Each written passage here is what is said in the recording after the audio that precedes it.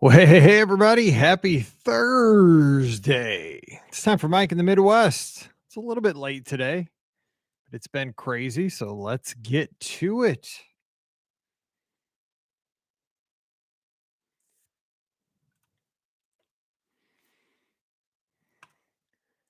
Well, hey, everybody. Welcome to episode number 72 of Mike in the Midwest, a mini podcast for the amazing patrons just like you of the Be Our Guest podcast. On behalf of Pam, Ricky, and Scott, let me thank you for being a patron of the show.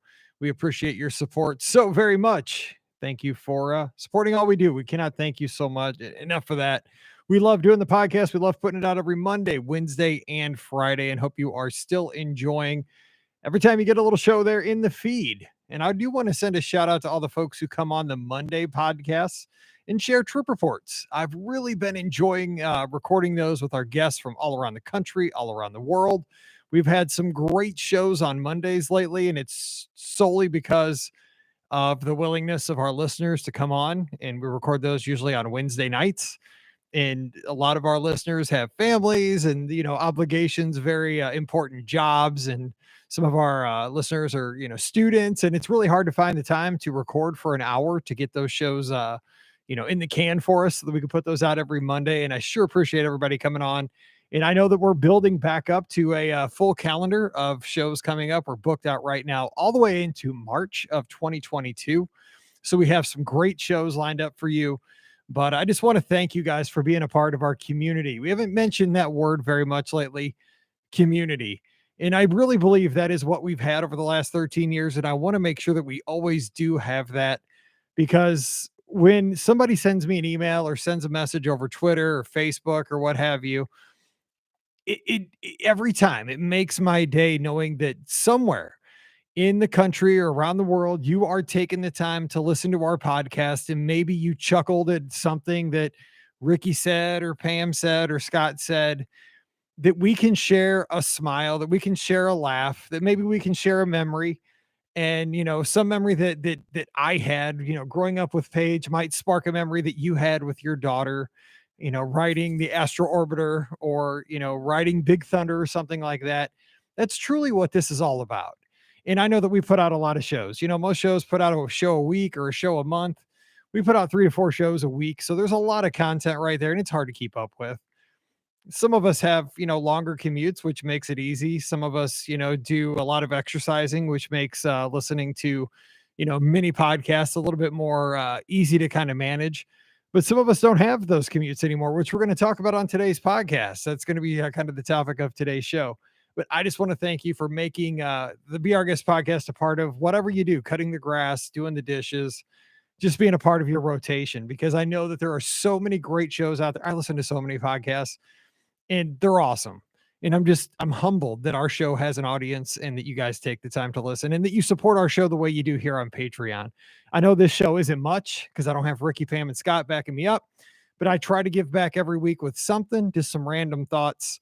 And that's why I'm here. And I just really, the show's here once a week so that I can always say thank you to you, because thank you's not enough, but you really do kind of keep the show going, because this past year has been really rough. Working in the travel agency and in the travel industry. But you guys are awesome. And thank you so much for supporting all we do. You've carried the show, continue to, and I thank you for that. All right, what's going on here in St. Louis, Missouri right now? Well, the weather has finally changed. We got some cool weather this morning, for example. It was down in the upper 20s. It has been all week. So if you've noticed my Instagram, I'm a wimp. I have not gone outside to run. I've been running on the treadmill. I told myself the girls got me a treadmill last year for my birthday. Maybe it was Christmas. No, it's my birthday. And they got me a really nice treadmill. So the thing is, like, if it's any kind of cold, that's why they got me a treadmill. So I just go downstairs. I bring my old cheap iPad. I got that most basic iPad, the 329 iPad, which works awesome for everything I need it for. And I put on the Pluto TV app, which is that free old school TV. It has all the old channels, like a Love Boat 24/7 channel. It's got Survivor 24/7. I always put on the Amazing Race channel and just watch Amazing Race episodes from 20 years ago. It's funny how the world's changed. in 20 years. Like you see them flying all around the world, no masks on the planes. They're in just places that have really changed over the past couple of decades. It's fun to kind of see that stuff, to look back and see. It doesn't seem like it was that long ago, but yet again, it seems like it was forever ago when you see how things were in those episodes of The Amazing Race. Anyway, I jump on that treadmill. So it's finally, the seasons have changed. It's definitely not summer here anymore. And we had Halloween this past weekend. Hopefully you had a nice Halloween with your family. If you went out and did some trick or treating or handed out candy on the old front porch, or maybe went to church and did a trunk or treat. I will tell you that we had a great Halloween here, and here's why. This is kind of the transition you make at this age, when you're my age, which is your upper 40s. So, of course, yesterday, Paige turned 25. Nothing makes you feel old like your daughter, or stepdaughter in my case, turning 25. I still picture Paige as being 7 in my mind's eye, because that's the age that I coached her soccer team. I coached her softball team. I coached her basketball team. She went to school where Pam and I taught. We taught in an elementary school. She went there for K through 6. Every day after school, she would hang out in my classroom, not Pam's. We taught next door to each other, but she always came into my room to play on my computers, because I always had the cool games. I always made sure she had all the games she wanted on one of my computers in my classroom, so that she could have a good time kind of as we waited, because teachers had to put in their 35 minutes after school so she could have fun while we were waiting to go home. And the thing is, now she's 25. Mallory, my youngest, is 13. She'll be 14 in January. So she didn't want to go trick-or-treating this year. Of course, Paige was in Columbia working for the basketball team. They're having their second game of the year tonight, their last exhibition game. So this year, no trick-or-treating in my family. Paige was, like I said, in Columbia. Mallory was going to a party with her friends. And so Pam and I were looking at each other like, nobody's here to go trick-or-treating this year. I guess we're just going to have to hand out candy. Well, my nephew comes to the rescue. My nephew is 4 years old. His name is Austin. And if you ever went on one of our podcast cruises, my brother and sister-in-law, brother-in-law and sister-in-law, they went with us on one of them. I think it was like the third or the fourth podcast cruise. There's Sandy and Andy. They're awesome. Austin's their kid. And so they decided that they wanted to go trick-or-treating with us and come over to our neighborhood, because our neighborhood, the houses are kind of really close together, and there's a lot of younger families. And so they asked if they could come over. We said, sure thing. We can borrow your kid. We can all go trick-or-treating. Problem solved, because I'm a big kid. I wanted to get out there and just see everybody trick-or-treating. I'm like a retro guy. I love the holidays. I wanted to just get out there and just do the holiday. Like, I wanted to walk around the neighborhood. I wanted to see the neighbors. I wanted to, yeah, I ate some Reese's Pieces along the way. I had the candy tax. I'm the uncle, so I had to take some candy. But it was just fun to see my 4-year-old little nephew, because that's that age where they're kind of starting to figure it out, right? How to go up to the door, how to say trick or treat, get the candy, make sure you say thank you. Be ready, because somebody might ask you to explain what your costume is, or to tell a joke or some kind of thing. Here's the thing, though. Here's what I noticed here in St. Louis. And I don't know if this is the way it was where you are in the country, because things have really changed from how it was maybe 10 years ago when like we really took around Mallory, and especially when we took around Paige maybe 15 years ago. So when I was a kid, now this is again, probably forever ago for a lot of you, but when we went up to the door to trick or treat, it was like a shakedown. Like, it was like a 5-minute interaction to get a piece of candy, right? You would knock on the door, and then a lot of times it would take the person forever to come to the door. Like, they were surprised that somebody was knocking on their door after dark on Halloween night. This is just my recollection as a kid. I don't know if you have the same recollection, but I did. And so it would take them forever to come to the door. Maybe it's just because I was a kid and I was excited. I want to go to 100,000 houses on New Year's or Halloween night, and whatever. So it would take them forever to get to the door. They'd come to the door, and then like the candy jar wouldn't be by the door. So they'd be like, "Hey, trick or treat, trick or treat." You'd say, and then you go get the candy. And then they'd have to go get their candy jug, bowl. They do that. Then they would come back and they'd be like, "All right, you got to tell a joke. It's a trick or a treat." And you'd have to like either, tell a joke or do a trick or something. I mean, you had to work for candy. back when we were trick-or-treating back in the day, back in like the late 70s, early 80s. And then you might get a piece of candy. You might, yeah, you always got some candy, but it wasn't that great. Sometimes you get some taffy. If you were lucky, you get like a Reese's or something. So this Halloween around our neighborhood, maybe we just moved into a really like optimal Halloween location. So here's what we noticed in our neighborhood this time. And I have not seen this except for this year. And maybe it's because everybody else was out trick or treating because we did the same thing. We thought we were the only ones, and everybody in our neighborhood did this. On our front porch, since we went out trick or treating with our nephew and no one was going to be home to hand out our candy, we put our big bowl of candy on the front porch with a sign that said, Happy Halloween. Take a few pieces of candy and have a great, have a safe night. And so we did that. And so as we left, as we were walking away from our house, we noticed like some trick or treaters were going up to our front door because they didn't know that was our house. And we saw this little girl. She's probably about 6 or 7. Man, she was taking like 6 or 7 pieces. Like, because we had like the mini like Twix and peanut butter M&Ms and all that stuff. She was pretty much cleaning up, which was fine. Whatever. We're trying to get rid of the candy anyway. But this is like, one of the first people to hit us. We were scared we were going to run out early. But the thing is, we thought we were going to be the only one like that. Nope. We went around our neighborhood. I would say at least 50% of the houses that we came to in our neighborhood, they just had the candy sitting on the front porch with signs and with decorations like Halloween lights, orange lights, purple lights, some of the houses had like almost like little animatronic things. One had like a little skeleton dog that barked, bats that would move when you came up to the door, like motion censored. I mean, as a kid, this would have been like a dream come true, right? You don't have to interact with the adults. You don't have to dance. You don't have to tell a joke. You don't have to explain your costume. You just get candy. And guess what? You get to pick the best candy out of the bowl. You're not at the mercy of, Grandma Eileen digging in there and giving you, the gross piece of taffy that's 3 years old. I mean, you can go straight for the Rolos or for the Kit Kats. I mean, you get to go for the good stuff.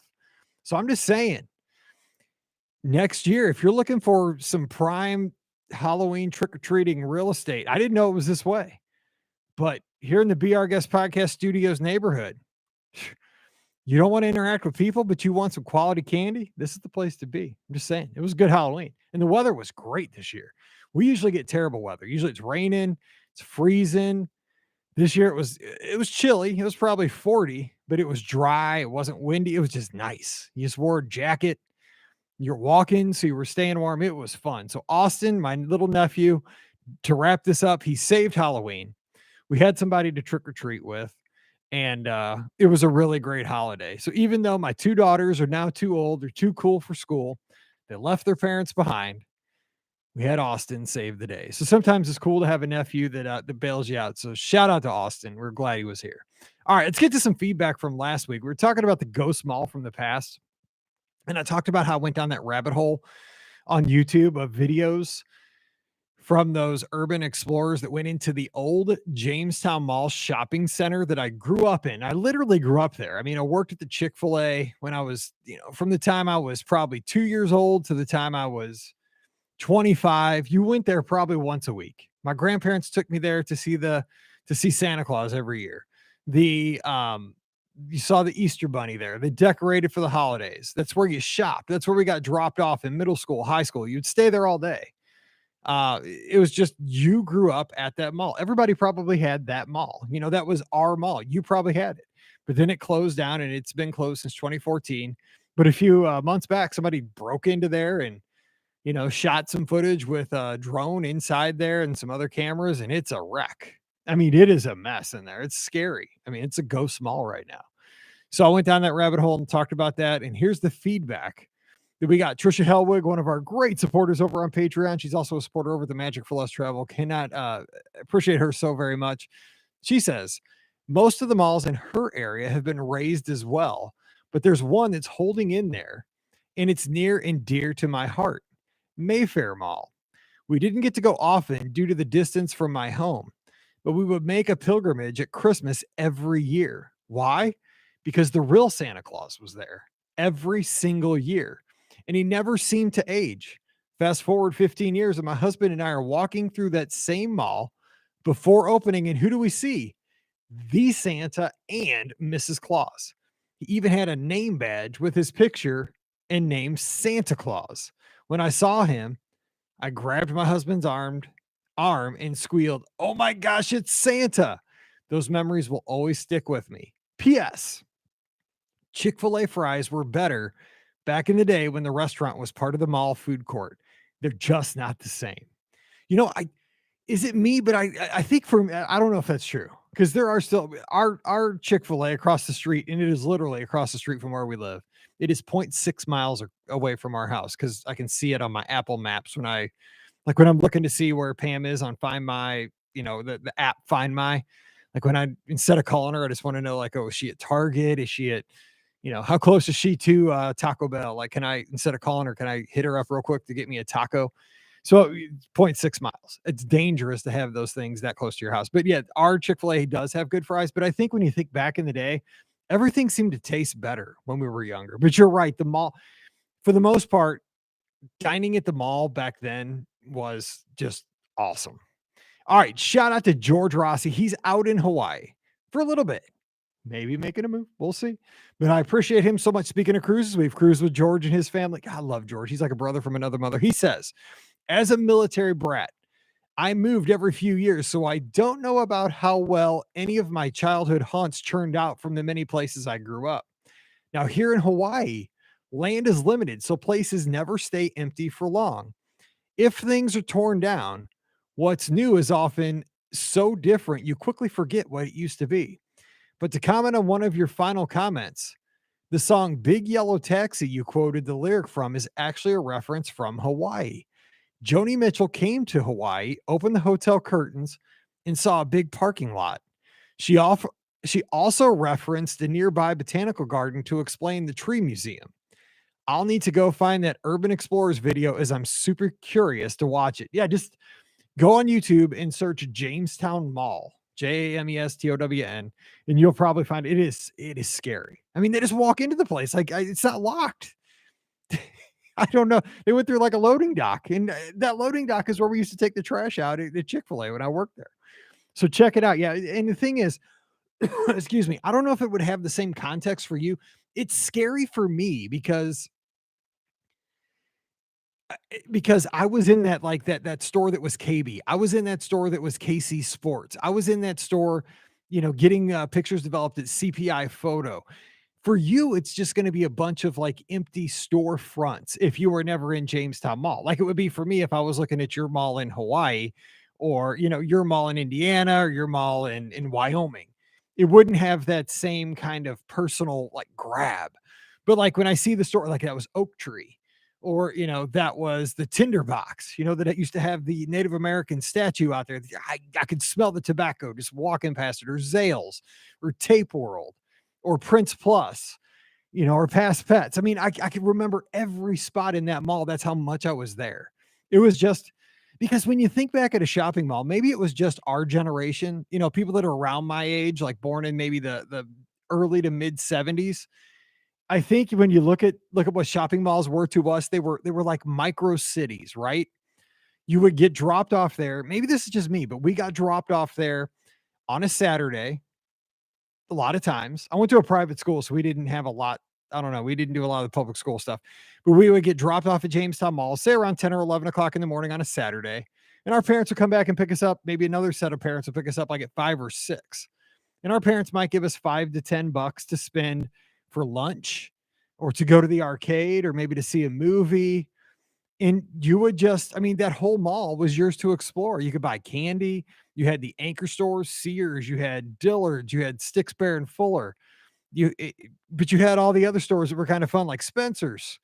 You had, the pet shop. It was just, you could go to A&W root beer, you get a hot Sam's pretzel.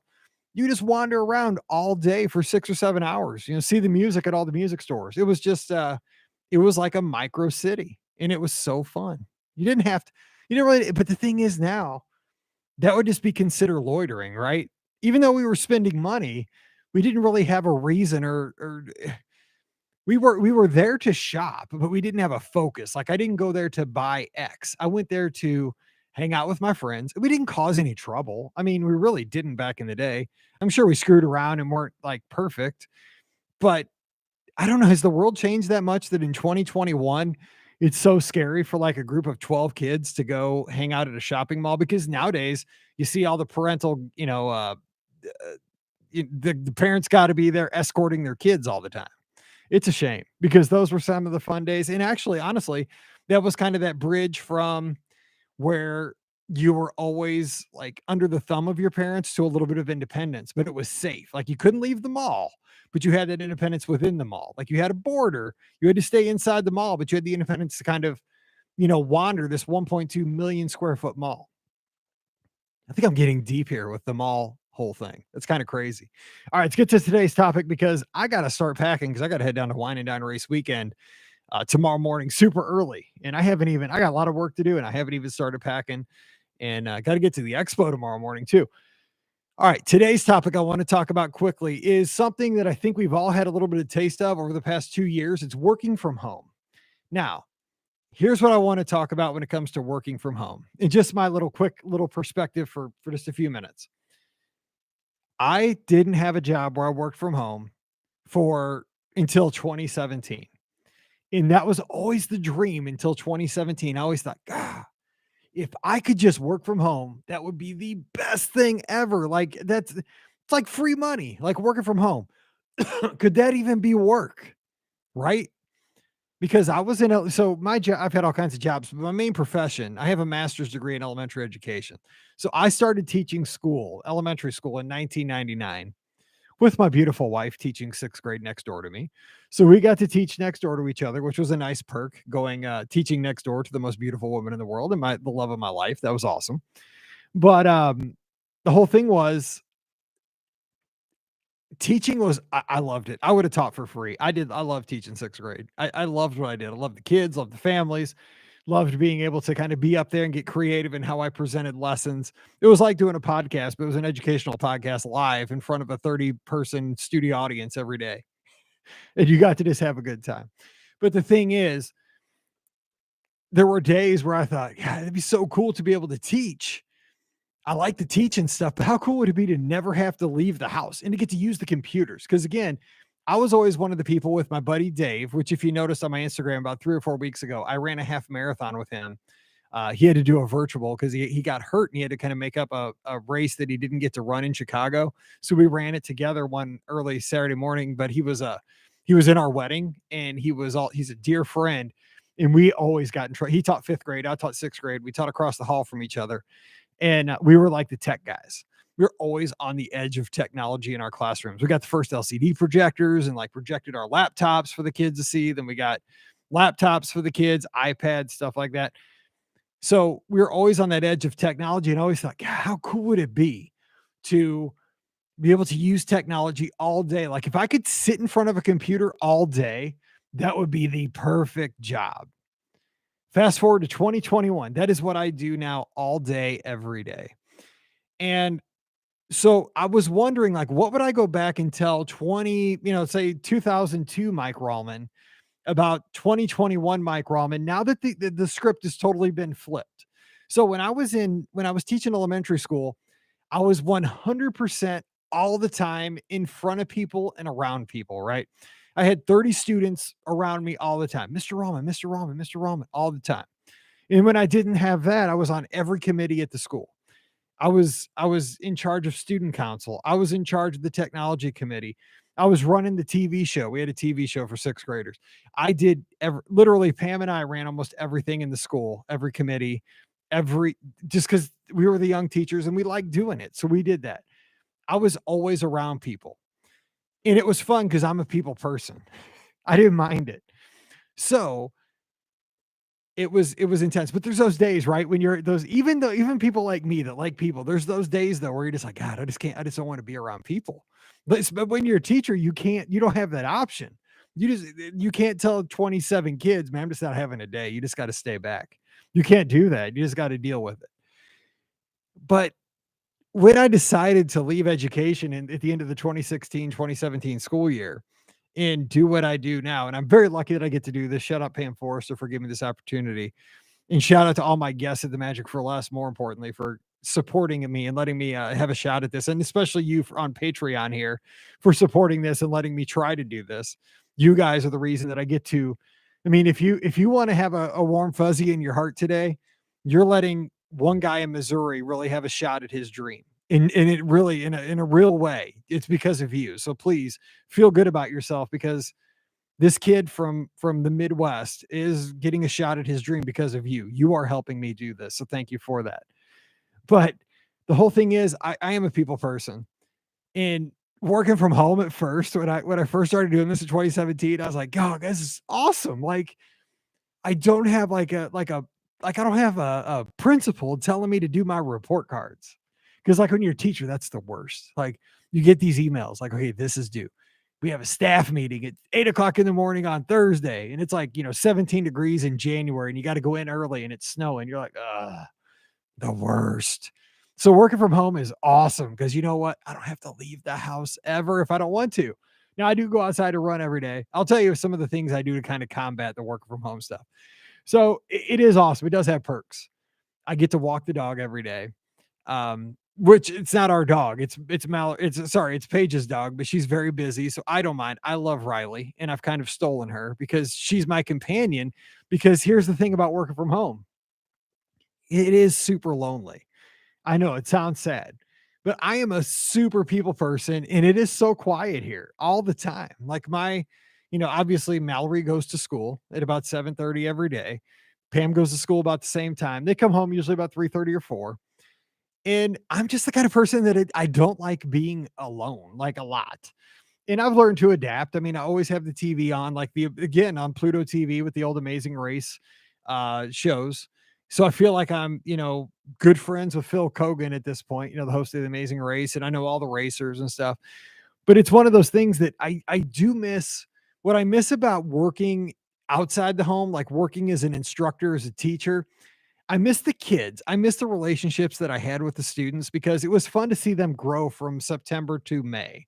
I also miss the families. I don't miss the arguments over petty things, because sometimes parents would want to pick fights about stuff that was really insignificant, in my opinion, which I understand if they have a concern about something that's going to affect their child because that's their child and that's their right. And that's, the whole thing is we're there together so that their kid can get a great education. That's the bottom line. And my door was always open, email, phone, whatever. It was always there. But the thing is, I loved being able to be a part of, I thought of my classroom as a family with my students that, I was kind of like the parent, they were the kids, and we were going to get through this whole thing together. If they had any concerns, they could always tell me. We weren't on the same level. I was in charge. They had to do what I said, but I was there to see them succeed. What could I do to help you succeed? How can I help you? And it was fun because every day we had that interaction. I could say, okay, you had a basketball game last night. How'd it go? Or how was your band concert? Did it go well? How was your figure skating competition over the week? I love that stuff. So I did love that social interaction. But what I also loved was being a part of a staff. Now, where I taught at Wedgwood, when I taught with Pam, we had a staff of 90. We had a big staff. We had a big elementary school. There were only like 4 dudes on the staff, so it was almost all women. So it was an interesting dynamic. I've thought about this in my life. I think I'm kind of an unofficial woman, and here's why. Don't take this the wrong way. But in my life, I've been surrounded by females almost all the time. So like I said, I taught at Wedgwood Elementary. I think there were 85 women to like 4 or 5 males on the staff. And so you heard all kinds of talk of stuff that men are typically not interested in, or that men probably don't know about, but I know about because I was there for 15 years. And so I was just one of the girls, I guess. I don't know. I was just there. Then I went over to gifted education and I was the only male on that staff. So then again, there it happened again. Think about the Be Our Guest podcast. Oh, I'm there with 2 ladies, 2 awesome women, 2 awesome ladies, Pam and Ricky. I'm outnumbered there. Think about my household. Got a wife and 2 daughters. I am way outnumbered everywhere I go in my life. And it's okay. I'm very lucky for what I have. I'm just saying I'm in touch with females because I know I'm around them a lot. I always have been in my life. It's kind of strange how that's worked out. But I will say, working from home, this is kind of a random show, but I was thinking about this today. Working from home has tons of perks. I get to kind of work my schedule how I want it to work. But I will tell you this, you might think that it's very free flowing. It's not, because of my personality. I do things every day almost to the minute. You got to know me, Scott, or whoever's listening to the show probably knows. If you know me, you know me. I'm always in the office by like working by about 8:37 to 8:39. I mean, it's that precise. Like I get up at a certain time in the morning, get my run done, get my shower done, eat my same breakfast every morning, and I'm working by a certain time. Then I really quick take the dog out to, dog's got to take her little potty break, take a little break, and then I get back to work and I eat lunch every day at 11:30. On the dot, I eat lunch at 11:30. And then I work throughout the day and I have a certain schedule because I'm scared that, when I work from home, nobody's around, that you could really get kind of, if you don't have a set schedule working from home with nobody else kind of making sure things get done, you could get very undisciplined. And I don't want to get undisciplined. I want to make sure that like my guests at the Magic for Less get first class service. They get their answers to their questions immediately. Everything happens fast. That's just my personality. So working from home, it is nice because you have a lot of freedom. You don't have people breathing down your neck like you do when you work in an office or work in a school. But I do miss being part of like just being, walking down the hall on your playing period at an elementary school, running into the custodian and joking with the custodian or seeing the music teacher, being like, yeah, the Christmas sweater's back out. Yeah, it must be November. We're getting ready for the Christmas musical. That's what I'd always tell Mr. Riddle. I'd always get, oh, but the Christmas tree's coming up in your classroom very soon. It was always that kind of stuff. And right now, as I look around, I'm home and it's awesome. I mean, I'm in my house. I don't have a commute. It's great. I don't have to go out in the bad weather. But again, I'm sitting here at an empty house and it's fine. Everybody will be home soon, but there's pluses and minuses to everything. And I can't complain. I love what I do. But we all got a little taste of that, I think, during the lockdown. But I would bet, here's the question I have for you that I want to get some feedback on for next week's show. Tell me a little bit about your Halloween. Did people just throw out bowls like they did here in St. Louis? Or did you actually have to do a little song and dance to get some candy? How did your kids fare for Halloween? And how do you like, where do you fall on this work from home thing? If you had to work from home, would you like to do that by yourself all day, every day? Is this your jam? I'm fine with it. I mean, I wouldn't have signed up for it if I'm not, but I really do like being a part of a team. I like being around people for the most part. We have our days, right? But I do like being around people. That dynamic is my jam. So where do you fall on that? Are you a people person? You like to be there in the office? You like to be there in the classroom? You like to be there in the warehouse? You like to be there in the precinct or in the firehouse? What do you like? Or is your jam just oh my God, those kids need to go to school? My significant other needs to go to work and it's so quiet here. I love it. I can pull out the laptop and get to work. Tell me what you think. All right, I'll be down at Wine and Dine over the weekend. Follow me at BRGuestMike on Instagram and Twitter. I'll be posting the pictures and letting you know how things go. Be working with some Genie Plus, and we'll be talking about it on the show next week. So thanks for being here. I love you guys so very much. Thank you for letting me live my dream. I appreciate it so very much. You guys stay safe, stay healthy, and we'll see you real soon.